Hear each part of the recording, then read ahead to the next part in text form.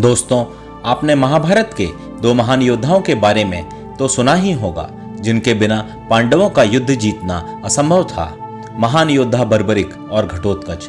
आज मैं उन्हीं के बलिदान की कहानी सुनाने जा रहा हूं। भीम के पुत्र घटोत्कच और पौत्र बर्बरिक के बारे में कहा जाता है कि इन दोनों की सामान्य मानवों से कई गुना ज्यादा ऊंचाई थी।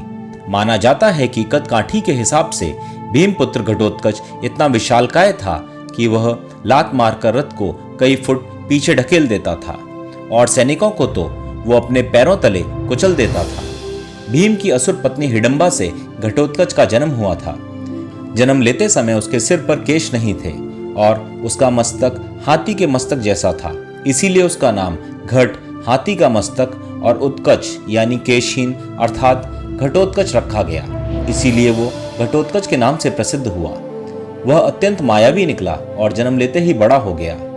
उसमें जहां शारीरिक बल था वहीं वो मायावी भी था, क्योंकि घटोत्कच की माता एक राक्षसी थी और पिता एक वीर क्षत्रिय थे। इसीलिए उनमें मनुष्य और राक्षसी दोनों के मिश्रित गुण विद्यमान थे। वो बड़ा क्रूर और निर्दयी था। घटोत्कच ने युद्ध में अपने विशाल शरीर से हाहाकार मचा रखा था।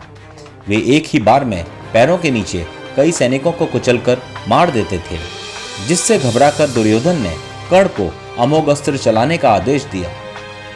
इस अस्त्र से घटोत्कच वीरगति को प्राप्त हुए। दूसरी ओर बर्बरिक दुनिया के सर्वश्रेष्ठ धनुर्धर थे।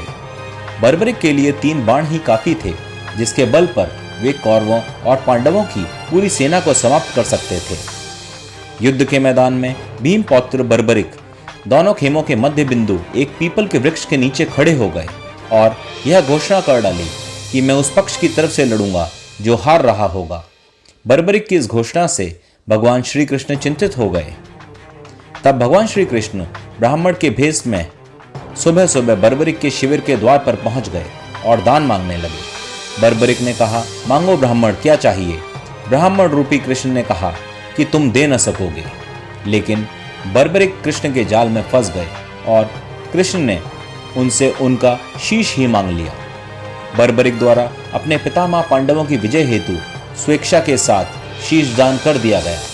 बर्बरिक के इस बलिदान को देखकर दान के पश्चात श्री कृष्ण ने बर्बरिक को कलयुग में स्वयं के नाम से पूजित होने का वर दिया।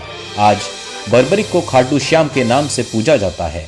जहां भगवान श्री कृष्ण ने उनका शीश रखा था, उस स्थान का नाम खाटू है। धन्यवाद।